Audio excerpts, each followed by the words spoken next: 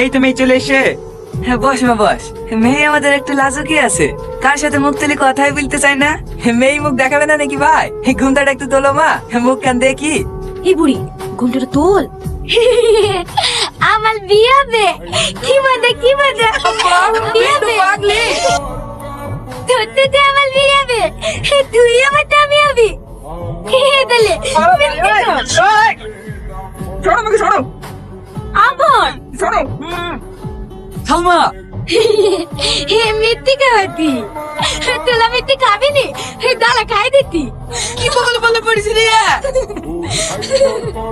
আরে রে ভাই দাঁড়ান দাঁড়ান, কথাটা তো শোনেন। এইভাবে কোনোদিন ভাবি বলতেনি তুই কি বিয়ে করবি নি?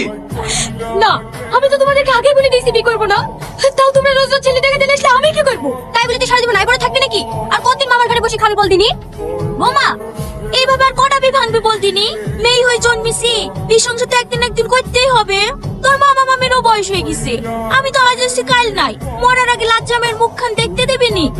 নানি, তোর মামা মামিও তোর কথা ভেবে ছেলে পেলে লাইনি, ওদেরও তো একটা দায়িত্ব আছে। আর তাছাড়া পাড়ার লোকের কথা শুনেও বাঁচা যাচ্ছে না। লোকে তোর মামাকে ধরে ধরে বলে ভাগ্নিকার কতদিন ঘরে পুষবা। কাকে কি বুঝায়? ওই বুদ্ধিটুক থাকলে কি আর এরকম কাজ করে? কত ভালো ভালো ছেলে সম্বন্ধ আসছে, মেম সাহেব নাকি বিয়ে করবে না, জিদ হয়েছে জিদ।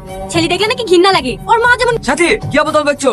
হ্যাঁ, আমি তো অবল তবলি বকি, দেখবো ওর জ্বালায় আমাদেরকে বিতে হবে। আমি আর পারছি নি, তোমাদের কাউ খেতে হবে না, আমিই খাবো। সালমা, এ সালমা, সালমা।